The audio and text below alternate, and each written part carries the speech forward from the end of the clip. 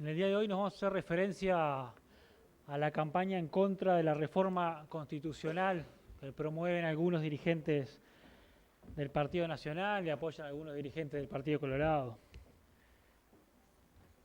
Esta reforma es más de lo mismo, o esta propuesta de reforma constitucional es más de lo mismo. Propone una serie de medidas conocidas e ineficientes, tanto en nuestro país como en la región.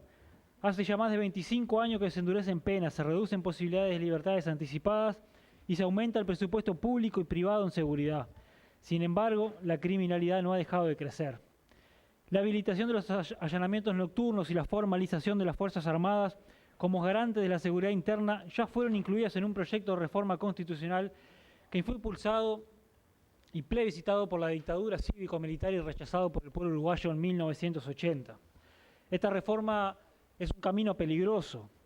La militarización de la seguridad interna no es el camino. Las Fuerzas Armadas no están preparadas para intervenir en seguridad pública ni actuar con la población civil, sino para la defensa de la soberanía nacional y la neutralización del enemigo.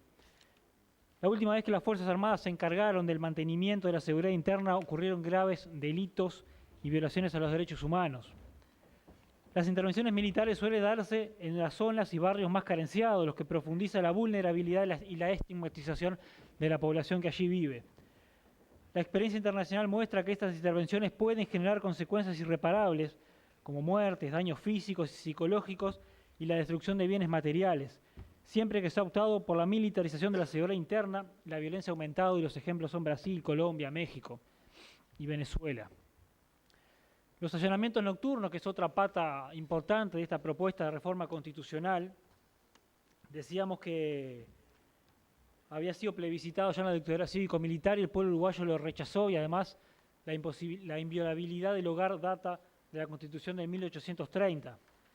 Además no garantiza la seguridad física de las personas dentro y en la cercanía de los lugares que vayan a ser allanados. Los propios sindicatos policiales se oponen a este tipo de medidas porque incluso le faltan garantías a los funcionarios policiales. Esta medida se enfoca únicamente en el combate de las ventas de drogas, de las bocas de venta de drogas, pero no necesariamente en toda la estructura y el entramado del narcotráfico en nuestro país. Esta propuesta no busca romper y desarmar esas redes, sino que busca criminalizar el último eslabón de la cadena, que son las bocas de venta de pasta base o de droga. La propuesta de reforma constitucional habla del cumplimiento efectivo de las penas. Y en realidad el cumplimiento efectivo de las penas elimina la posibilidad de que a través de la buena conducta, el trabajo o el estudio se pueda reducir en gran medida las penas que aquellas personas que hayan cometido delitos tienen, lo que va a desmotivar en el incentivo de la reinserción en la sociedad de las personas privadas de libertad. Mantener a las personas privadas de libertad no asegura ni garantiza que no vayan a reincidir. Esta medida pretende encerrar a más personas sin explicar además cómo va a ser financiada. No se puede aumentar el gasto de una medida probadamente ineficiente sin explicar de dónde va a salir el dinero. Las cárceles deben ser un medio para mejorar la seguridad y la convivencia y no un fin en sí mismo. El pasaje a la prisión debe ser para la integración y reinserción de las personas en privada de libertad y no solamente para mantenerlas el mayor tiempo posible en condiciones que no son las que deberían ser. Esta medida concibe la cárcel como un castigo y objeto en sí mismo, lo que contradice el artículo 26 de la Constitución, que establece que en ningún caso se permitirá que las cárceles sirvan para mortificar y sí solo para asegurar a los procesados y penados, persiguiendo su reeducación, la aptitud para el trabajo y la profilaxis del delito. Vivir sin miedo. En realidad esta reforma ignora a las víctimas del delito, las deja para afuera y no son parte medular de un proceso de discusión y de debate sobre qué modelo de seguridad queremos. La propuesta de reforma constitucional ignora a las víctimas del delito.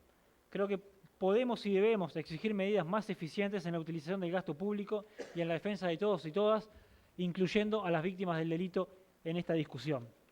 Hay otros caminos posibles. Creemos que existen otras formas de comprender y mejorar la seguridad ciudadana desde una perspectiva integral y de derechos humanos. Es necesario generar políticas públicas efectivas y no seguir profundizando el enfoque punitivista que no solo no ha dado resultados, sino que ha empeorado el problema.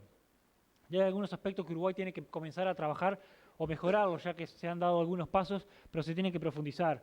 Se tienen que profundizar las políticas de prevención, atacar las causas estructurales, implementar políticas de egreso, más oportunidades de trabajo y estudio en los centros de reclusión en nuestro país, capacitación laboral en las cárceles, estímulos a emprendimientos productivos autogestionados, cárceles pequeñas con espacios comunitarios y de circulación, cumplimiento de las cuotas laborales para personas privadas de libertad, medidas no privativas, consolidar una reforma integral de la educación, reformulación de políticas en materia de drogas, investigar y atacar la ruta del financiamiento del narcotráfico, apuntar a la investigación y al análisis de ejemplos exitosos a nivel regional e internacional de políticas públicas en materia de seguridad pública y convivencia ciudadana para construir otro camino que creemos que es posible.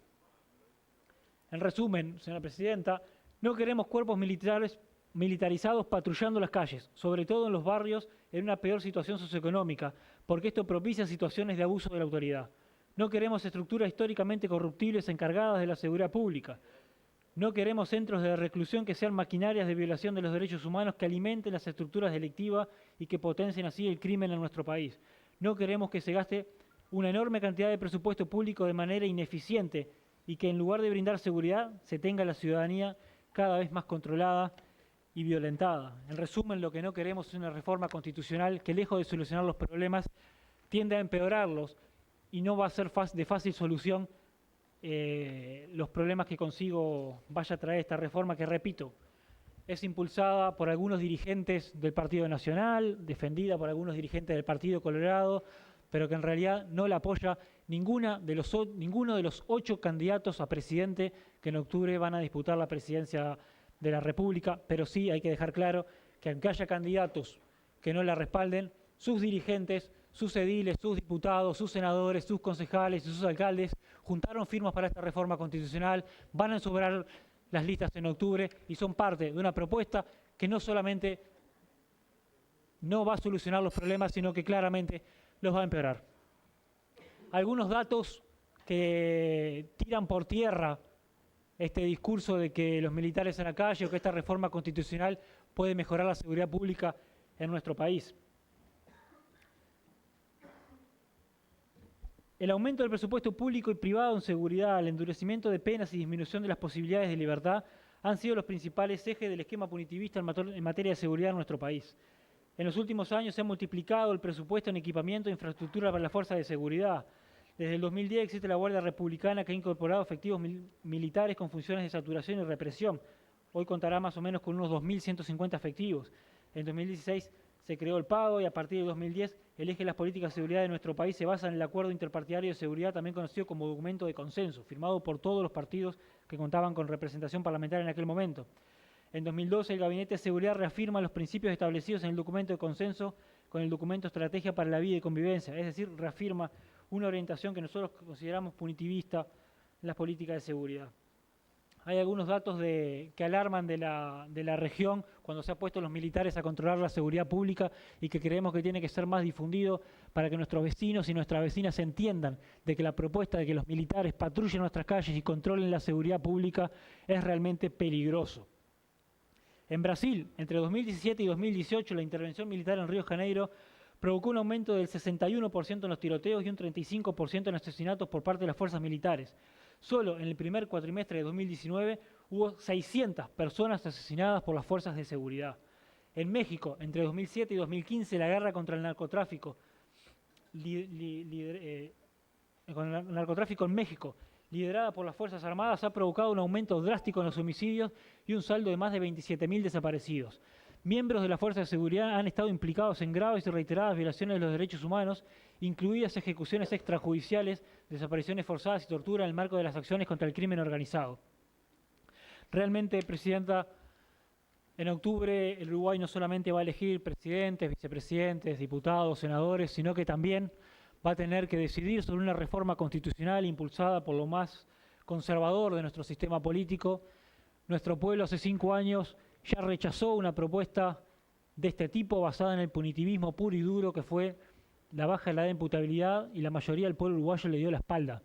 Creemos necesario seguir dando el debate, seguir impulsando un debate, seguir conversando con todos y con todas las vecinas de nuestro departamento y del país para que esta propuesta, que en las últimas semanas ha perdido fuerza y que hoy en las encuestas marca por debajo del 45%, no llegue al 50% de los votos y sea nuevamente un fracaso del punitivismo en nuestro país. Gracias, Presidenta.